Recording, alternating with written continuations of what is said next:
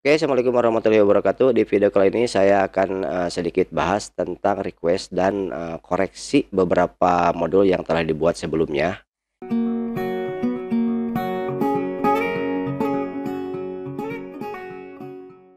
Yaitu diantaranya yang pertama di aplikasi DC dan Depo belum ada menu sinkron. Nah, ini sinkron ya. Atau untuk memindahkan barang dari penerimaan Depo ke penerimaan DC. Jadi di sini tepatnya bukan penerimaan Depo, tapi pengiriman Depo ke outlet-outlet tidak bisa sinkron ke penerimaan di DC. Jadi sistemnya kalau kita lihat seperti ini ya. Sebetulnya harusnya seperti ini. Di sini ada DC, di sini ada depo. Nah, depo ini adalah sebagai suppliernya dari si DC. Oke, supplier. Jadi supplier artinya tidak ada hubungan langsung antara DC dengan depo. Jadi DC itu harus melakukan pembelian ke depo dan depo harus melakukan transaksi penjualan. Jadi di sini timbullah piutang atas DC dan di sini akan muncul hutang atas depo. Jadi walaupun satu manajemen ya, satu kepemilikan, tapi secara administrasi, secara keuangan, secara stok dan lain sebagainya itu berbeda. Misah ya, terpisah. Jadi tidak ada hubungan langsung antara depo dengan DC. Maka DC harus melakukan pembelian sebagaimana pembelian ke supplier dan depo harus melakukan penjualan. Oke, catat aja itu. Jadi tidak ada hubungan langsung. Otomatis database dan server antara DC dan depo itu berbeda. Nah, setelah DC melakukan pembelian, barulah DC melakukan transfer atau pengiriman barang ke outlet-outlet. Di sini ada 11 outlet, outlet 2, 3, 4 sampai 11 ya. DC yang melakukan pengiriman. Oke. Nah, yang terjadi sekarang di Prima Center, si outlet-outlet ini ya, yang 11 itu bisa merequest langsung ke depo. Ini yang jadi masalahnya, guys ya. Sementara secara sistem, secara database, transaksi pengirimannya tetap harus dilakukan di DC. Jadi secara otomatis kalau depo mengirimkan barang langsung ke outlet tanpa dicatat di DC, nanti pencatatan di sisinya akan kacau baik secara keuangan atau secara stok. Tapi yang terjadi sekarang seperti itu loh. Nah, cara mengakalinya, saya mengakali dengan cara transaksi pengiriman atau modul pengiriman yang ada di DC, saya pasang di depo. Jadi seolah-olah depo ngirim, padahal ada orang DC yang disimpan di depo untuk input proses pengiriman. Jadi secara data pengirimannya tetap tercatat di DC. Namun di DC akan terjadi min stok untuk beberapa produk yang dikeluarkan oleh depo. Jadi di sini terjadi input pengiriman ke outlet, tapi menggunakan modul yang ada di DC, yang menyebabkan stok DC akan min karena sebelumnya tidak dilakukan penerimaan dulu. Jadi secara sistemnya orang DC harus menginput data-data yang telah dikirimkan oleh bagian pengiriman. Jadi diinput lagi ya barangnya biar tidak min. Nah, karena proses itu lumayan memakan waktu, jadi saya buatkan modul antara pengiriman dan penerimaan yang ada di depo itu jadi otomatis. Jadi ketika orang depo input transaksi pengiriman, akan otomatis bisa dibaca oleh transaksi penerimaan yang ada di DC. Jadi barang-barangnya nggak usah input ulang lagi. Jadi alirannya dari pengiriman lalu masuk ke penerimaan, dari penerimaan kirim ke depo untuk jadi transaksi penjualan. Bagaimana prakteknya? Kita lihat ya. Di sini ada transaksi namanya pengiriman. Nah, dua modul ini, pengiriman dan retur pengiriman, nanti saya akan pasang di depo.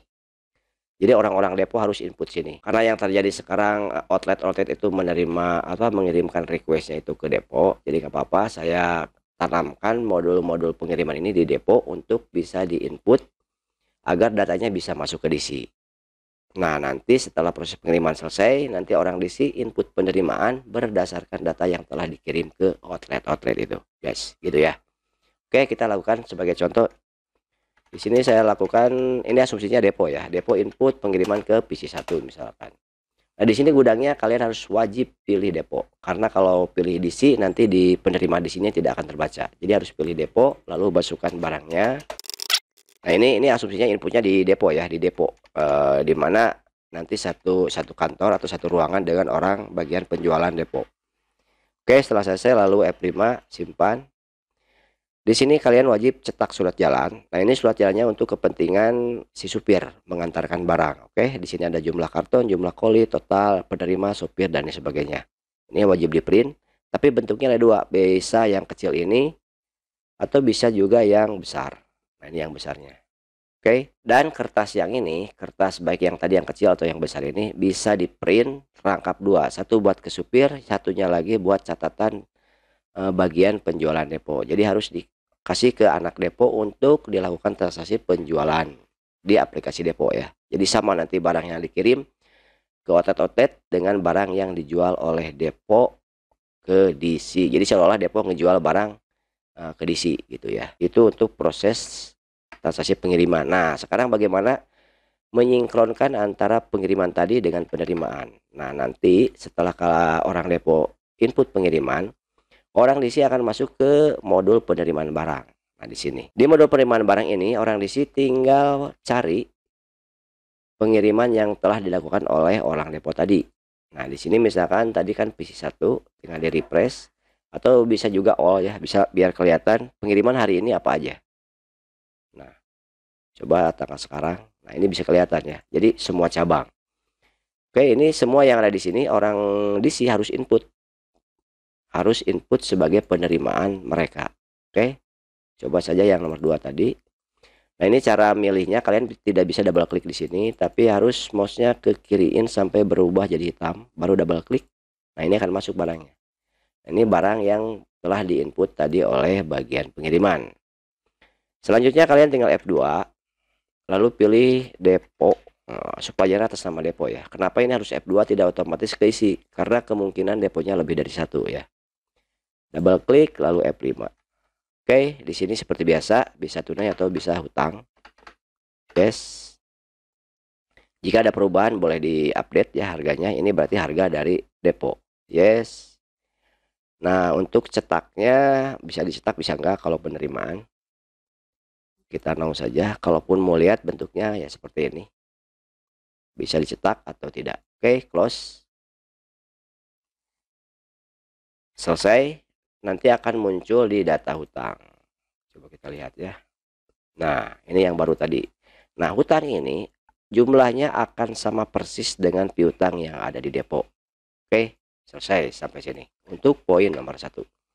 Oke, lanjut ke poin nomor 2, yaitu hutang dagang. Yang pertama, transaksi yang salah maupun benar tidak dapat dihapus ataupun diubah kembali. Nah, ini di data hutang.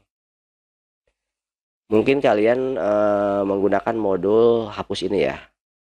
Hapus ini memang dilihatnya tidak berfungsi kalau kalian klik nomor invoice pembelian.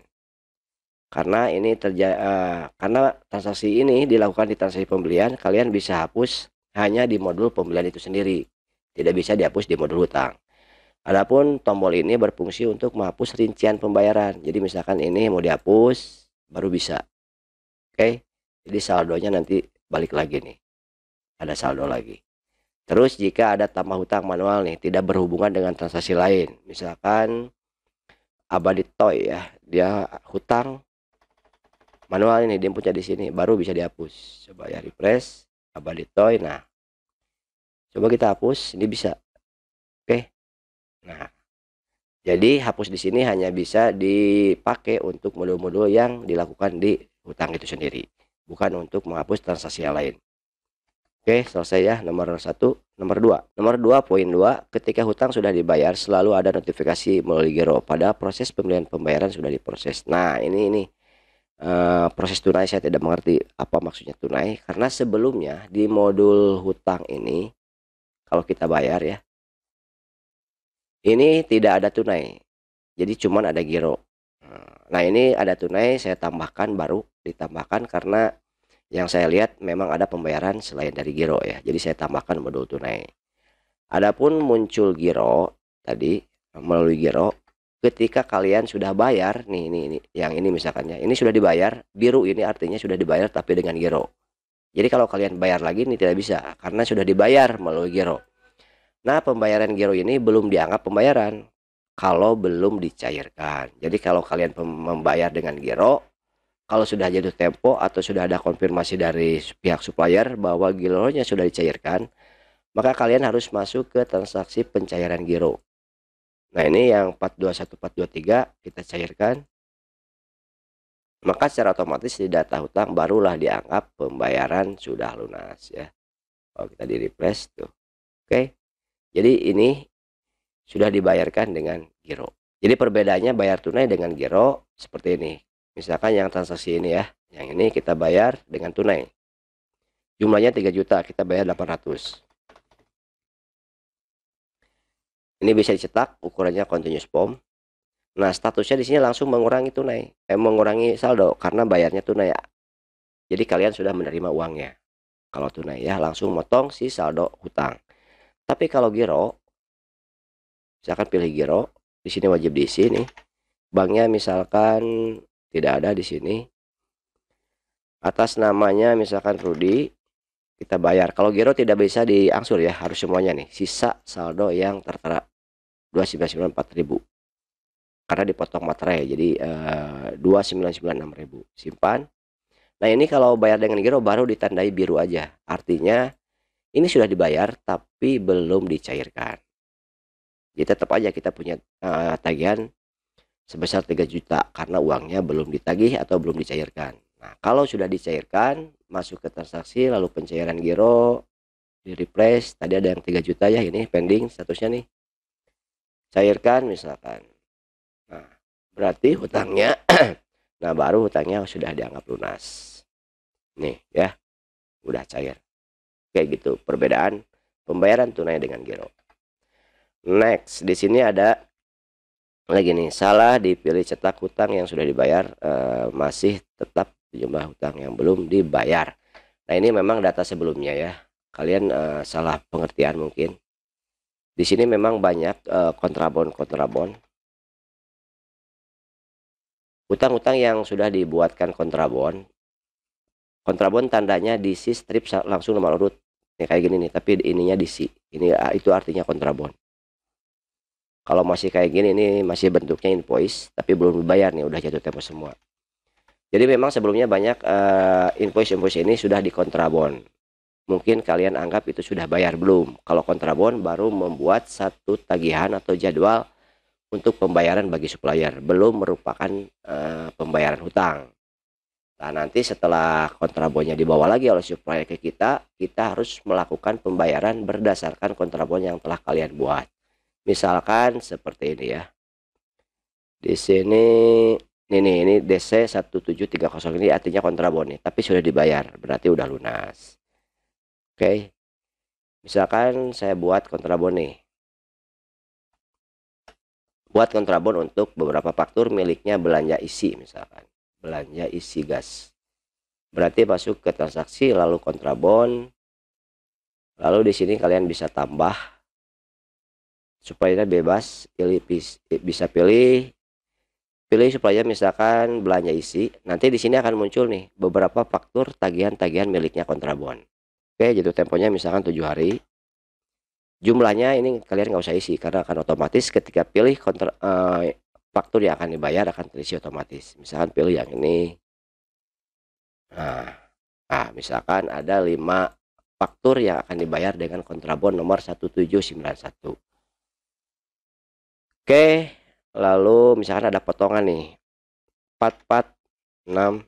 Nah, misalkan dipotong sekian ya. Jadi tagihannya adalah 2 juta. Lalu simpan. Data simpan berhasil, cetak. Nah, kontrabon ini di print dan dikasih ke bagian penagih dari supplier. Nanti kontrabon ini akan dibawa lagi oleh suppliernya tanggal 9 bulan 3 nih, 7 hari ya. Jadi akan datang lagi ke kita untuk mencairkan uang senilai 2 juta ini. Oke, kita tutup. Nah, bagaimana cara melakukan pembayaran ke kontrabon tadi? Kalian tinggal masuk ke data hutang, lalu cari isi belanja isi. Maka di sini ya fakturnya kalau kalian lihat ya akan berkurang nih karena sudah ada beberapa faktur, tadi 5 faktur dijadikan satu tagihan. Nah, ini ya yang 2 juta tadi. Jadi 2 juta ini adalah terdiri dari beberapa faktur yang telah kalian pilih tadi di pembuatan kontrabon. Oke, setelah supplier datang untuk mencarikan, baru pilih kontrabonnya, lalu klik bayar. Nah, bayar di sini kalian bisa pilih tunai atau giro. Seperti tadi sama. Misalkan tunai 2 juta. Simpan. Ini faktur pembayarannya, kwitansi bisa kalian cetak, kasih ke supplier, lalu di close, maka di sini tagihannya akan berkurang ya. Jadi tinggal 16 juta lagi. Kalau dilihat di bawah, kontrabonya sudah dibayar dengan nomor bukti BH21 sekian. Oke, beres. Nah, ini biar tidak muncul, kalian cek show all-nya, jangan di checklist. Jadi yang muncul hanya statusnya hutang semua. Tuh ya.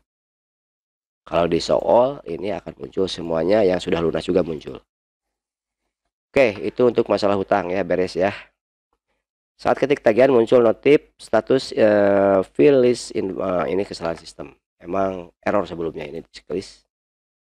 Sebelumnya ini error karena ada penambahan status di supplier tidak kedeteksi guys. Nah sekarang udah jalan, tapi tagihannya numpuk nih karena sebelumnya belum pernah dibayar-bayar nih. Jadi sekarang biar rapi datanya, silahkan kalian bayarkan semuanya sampai tanggal per hari ini ya. Jadi biar nggak numpuk kayak gini nih datanya. Ini kalau dihapus tidak bisa karena sudah berhubungan dengan transaksi lain. Jadi udah aja bayarkan secara tunai aja semuanya biar rapi dulu. Oke, selesai.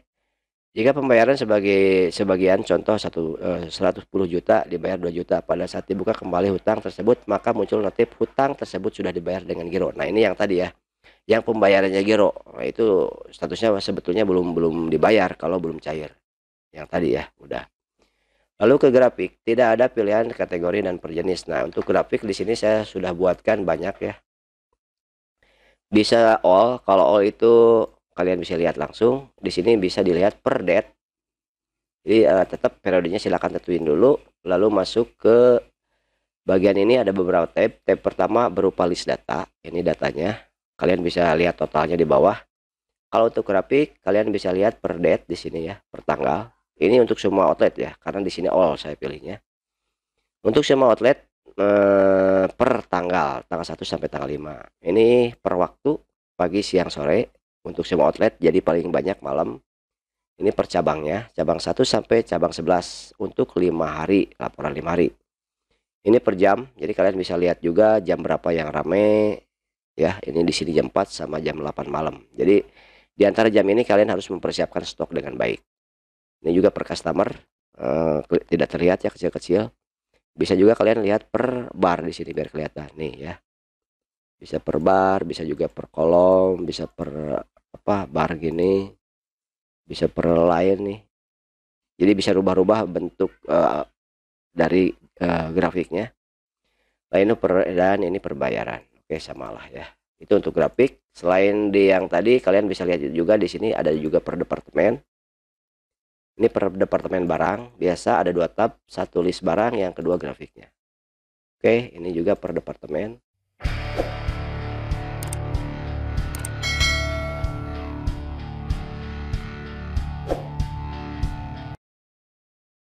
Jadi kalian patokannya harus sama, itu per faktur, per barang, dan per cabang. Kalau per grup itu tidak sama nggak apa-apa. Ini karena hanya untuk estimasi. Kemungkinan bedanya pasti bisa karena ada beberapa produk mungkin yang tidak masuk ke kategori itu, atau kategori barang tersebut sudah dirubah atau bagaimana, sehingga tidak nyambung lagi dengan data-data yang sudah tersimpan sebelumnya. Kalau per faktur, nah ini harus sama ya antara per faktur, per barang, dan per cabang. Patokannya untuk menyamakan antara jumlah faktur dengan barang, kalian harus lihatnya kolomnya ini nih, nilai barang, bukan jumlah. Kalau jumlah di sini kemungkinan ada diskon soalnya ya. Kalau ini kebetulan tidak ada, jadi sama antara jumlah dengan nilai barang. Tapi kalau ada diskon, ini akan berbeda. Jadi menyamakan dengan barangnya adalah kolom yang nilai barang ini 88343. Coba lihat per barangnya, all cabang.